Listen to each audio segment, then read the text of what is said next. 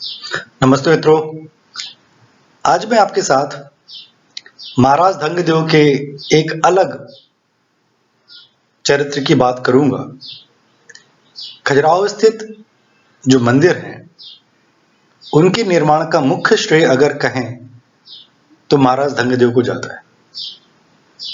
आज जो लक्ष्मण मंदिर स्थित है या विश्वनाथ मंदिर स्थित है या उसके बाद के जो मंदिर स्थित हैं उसका श्रेय भी मुझे धंगदेव को देना चाहिए, क्योंकि लक्ष्मण मंदिर का निर्माण महाराज यशोवर्मन ने शुरू किया था, परंतु उसमें स्थापित शिलालेख यह सिद्ध करता है कि उसकी पूर्णता का श्रेय महाराज धंग को ही जाता है। इसी तरह महाराज धंगदेव अपने शिलालेख में ये उल्लेखित करवाते हैं कि वह शिव के परम भक्त हैं, इसलिए उन्होंने एक शिव मंदिर का निर्माण किया जिसको मरकतेश्वर या प्रमथनाथ मंदिर कहा गया। यह मित्रों एक खोज का विषय हो सकता है, शोध का विषय हो सकता है कि वह मंदिर कौन सा है, क्योंकि विश्वनाथ मंदिर में दो शिलालेख स्थित हैं, एक कोकल देव का शिलालेख और एक महाराज धंगदेव का शिलालेख, और दोनों ही शिव को समर्पित हैं। कोकल देव के शिलालेख में वैद्यनाथ मंदिर का नाम आता है, वहीं धंगदेव के शिलालेख में मरकतेश्वर मंदिर का वर्णन देखने मिलता है। तो यह एक विवाद का विषय है कि वह विश्वनाथ मंदिर किसको समर्पित है, परंतु यह सुनिश्चित करता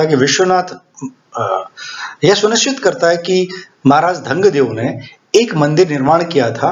और खास बात यह है कि इस मंदिर निर्माण के पीछे भी उसी तरह का विस्तार रखा गया है जैसा कि वैकुंठ मंदिर में आने वाली प्रतिमा का वर्णन किया गया है। शिलालेख के अनुसार श्लोक क्रमांक 48 में जो उदाहरण देखने मिलता है, श्लोक क्रमांक 48 के अनुसार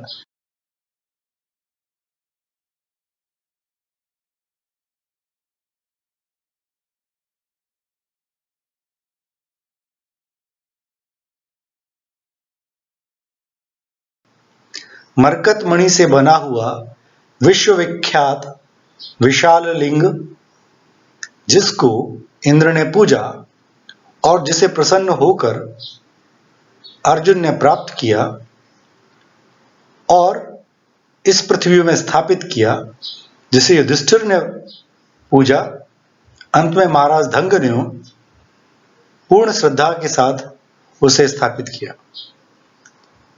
इसी के क्रम में श्लोक क्रमांक 49 के अनुसार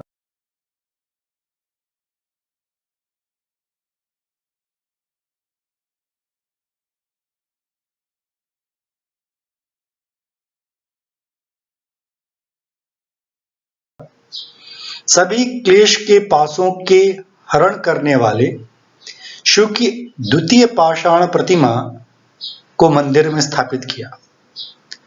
अर्थात कहने का तात्पर्य यह है कि इंद्र से प्राप्त अर्जुन को मरकत मणि युक्त शिवलिंग, जिसे युधिष्ठिर ने धारण किया और उसको पूजित किया, उसी शिवलिंग को महाराज धंगदेव ने प्राप्त किया और स्थापित किया, उसकी पूजा अर्चना की, साथ ही उसके एक पाषाण शिवलिंग की स्थापना की। तो यहां मित्रों एक तरह का फिर विवाद पैदा होता है। खजुराहो में विश्वनाथ मंदिर है, दूसरा मतंगेश्वर महादेव मंदिर है। मतंगेश्वर, मरकतेश्वर कहीं शब्दों में आसपास पढ़ते हैं तो यह कहना मुश्किल हो जाता है कि मरकतेश्वर मंदिर कौन है। तो एक खोज का विषय है कि मरकतेश्वर मंदिर कौन है। हम इसके बारे में आपसे बात जरूर करेंगे। इस मंदिर का आकार प्रकार क्या है, इसके बारे में श्लोक क्रमांक 50 में वर्णन किया गया है। श्लोक क्रमांक 50 के अनुसार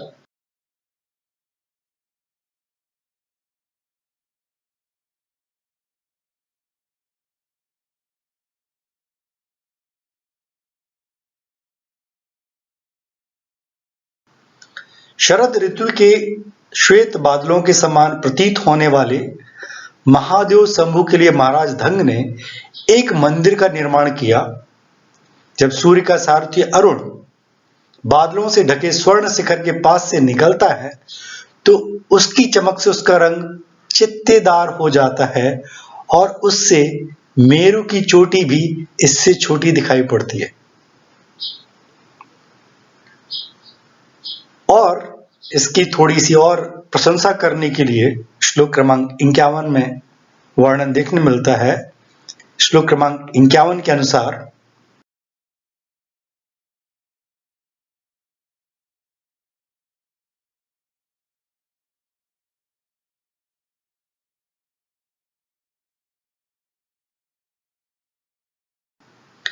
वस्तुतः भक्ति के प्रभाव में आकर स्वयं ही विश्वकर्मा ने शिल्पियों के शरीर में प्रवेश कर सुंदर तोरण की रचना की। वह जो भी मंदिर था उस पर बहुत सुंदर तोरण था, पर कृपया माफ करें, विश्वनाथ मंदिर में आज वह तोरण शेष नहीं है और मत्करेश्वर मंदिर में भी कोई तोरण शेष नहीं है। तो ये मेरे लिए फिर कहना मुश्किल है कि वह मंदिर कौन सा है जो महाराज धंगदेव ने बनाया था। तो एक खोज का विषय है और मेरा प्रयास होगा कि यह खोज मैं अवश्य आपके लिए करूं। और एक विशेष बात जो मैं आपसे शेयर करना चाहता हूं, यह एकमात्र मंदिर रहा होगा, मरकतेश्वर महादेव मंदिर जो भी रहा हो, जिसमें प्रशस्तिकार संवत के साथ पहली बार खजुराहो के नाम की घोषणा करता है और मंदिर की प्रशस्ति के बारे में बात करता है। श्लोक क्रमांक 63 के अनुसार